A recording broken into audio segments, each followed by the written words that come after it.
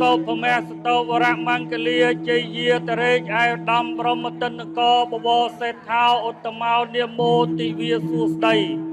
សិរីមង្គលដល់ដំបរមសុខាមហាប្រសើរថ្ងៃសុក្រ10កើតឆ្នាំខែកដឹកឆ្នាំម្សាញ់សប្បដស័កព្រះពុទ្ធសករាជ2569ព្រះវស្សាត្រូវថ្ងៃទី31ខែតុលាឆ្នាំ2025សក្ការបដិគន្ធហតោក្នុងឱកាសពេលនេះមហាឧបាសកមហាឧបាសិកាដែលតំណាងដល់ពុទ្ធបរិស័ទគ្រប់រូបទាំងអស់ដែលលោកមានសទ្ធាជ្រះថ្លាប្រារព្ធនៅពិធីបុណ្យបញ្ចុះខណ្ឌសីមានៅទីអារាមវត្តពោធិព្រឹក្សហៅវត្តតកុចស្ថិតនៅភូមិតកុចភូមិព្រៃរំដេងស្រុកស្រីសន្ធរខេត្តកំពង់ចាមក្នុងឱកាសពេលនេះទានសារាធិបតីសម័យទានប្រធានបនតំណាងមហាឧបាសកតំណាងមហាឧបាសិកាពុទ្ធបរិស័ទទាំងអស់លោកបានគោរពអញ្ជើញបូជានៅប្រទីបជ្វាលាគ្រឿងសក្ការៈថ្វាយចំពោះគុណបរតនត្រ័យដូចតទៅសូមអនុមោទនា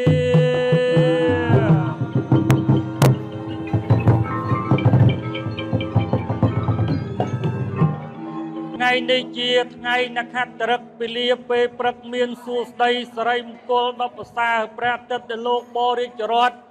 អំពីទិសបូព៌ាបញ្ចេញរស្មីដល់ត្រការញ៉ាំងនៅទឹកសធាជ្រះថ្លាបតីករណារបស់ព្រះរាជាគណៈប្រសង់គ្រប់ព្រះអង្គជាពិសេសមហាឧបាសកមហាឧបាសិកាលោកនសប្បុរសពុទ្ធមាមកជនទាំងឡាយដែលលោកមានសទ្ធាជ្រះថ្លាខ្វល់ខ្វាយក្នុងកិច្ចនៃពុទ្ធសាសនាដំកង់ដំកើងដល់ពុទ្ធសាសនារបស់ព្រះចិនស្រីព្រះសម្មាសម្ពុទ្ធបរមគ្រូជាម្ចាស់នៃយើងក្នុងគណៈពេលនេះបុត្រធីតាប្រុសស្រីទាំងអស់ក្នុងនោះមានប្រសង់លោកចាគណៈកម្មការពុទ្ធបរិស័ទចំណុះជើងវត្តពោធិព្រឹក្សទាំងមូលដែលបានប្រពអញ្ជើញជាធិបតីពីសំណាក់ក្រុមគ្រួសារមហាឧបាសកអ៊ីវវិសានិងឧបាសិកាសុងចន្ទថាព្រមទាំងកូនចៅនិងក្រុមញាតិមហាឧបាសកលីសុងហួរនិងមហាឧបាសិកាខៅសុនអេងលោកស្រីលីស៊ូលីព្រមទាំងបុត្រនិងចៅព្រមនឹងក្រុមញាតិមហាឧបាសកខូនសុវណ្ដានិងលោកស្រីអ៊ុយសុពិសីព្រមទាំងកូនចៅនិងក្រុមញាតិមហាឧបាសិកាពុទ្ធសាសនូបត្ថម្ភ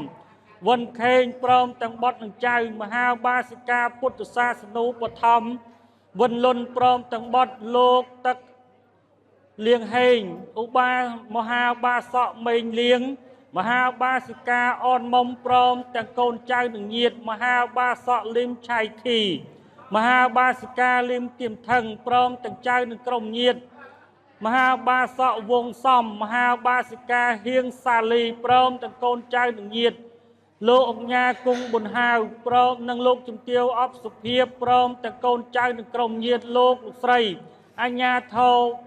ភូមិអញ្ញាធោឃុំព្រៃរំដេងនិងសប្បុរសជនមហាពុទ្ធបរិស័ទចិត្តឆ្ងាយដែលលោកមានសទ្ធាជ្រះថ្លាបានអញ្ជើញបូជា នៅបនដល់ប្រសើរគង់ពោះកប់ទុកក្នុងពុទ្ធសាសនានាពិធីបនបញ្ចុះខណ្ឌសីមានាអារាមវត្តពោធិព្រឹកហៅវត្តតកុចដែលពិធីបននេះនឹងប្រពចូលនៅថ្ងៃសុក្រថ្ងៃសៅរ៍សូមអនុមោទនា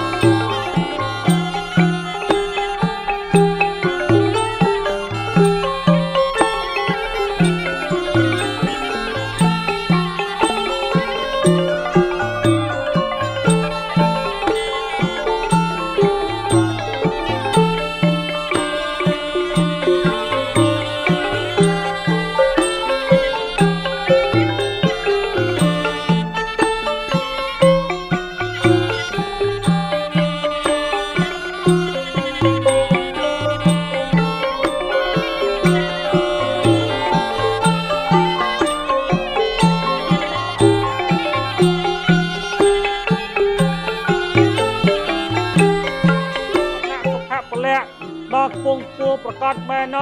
ងដោយអំណាចកុសលផលបុណ្យដែលយើងខ្ញុំបានបំពេញធ្វើបុណ្យបញ្ចុះខណ្ឌសីមានិងអង្គកឋិនទានរយៈកាល3ថ្ងៃទីអារាមវត្តនេះសូមឲ្យបានជោគជ័យសិរីមង្គលមានសិរីសួស្តីទាំង8ប្រការត្រូវទ្រង់គង់ថែរក្សាគ្រប់ទិនទិវារាត្រីតកៈជុំដូចជាទឹកត្រូវផែនដីប្រកាសមែនងបានដូចមាត់ប្រកបដូចថាជាយន្តតោភវៀងជាយន្តតោភវៀងជាយន្តតោភវៀង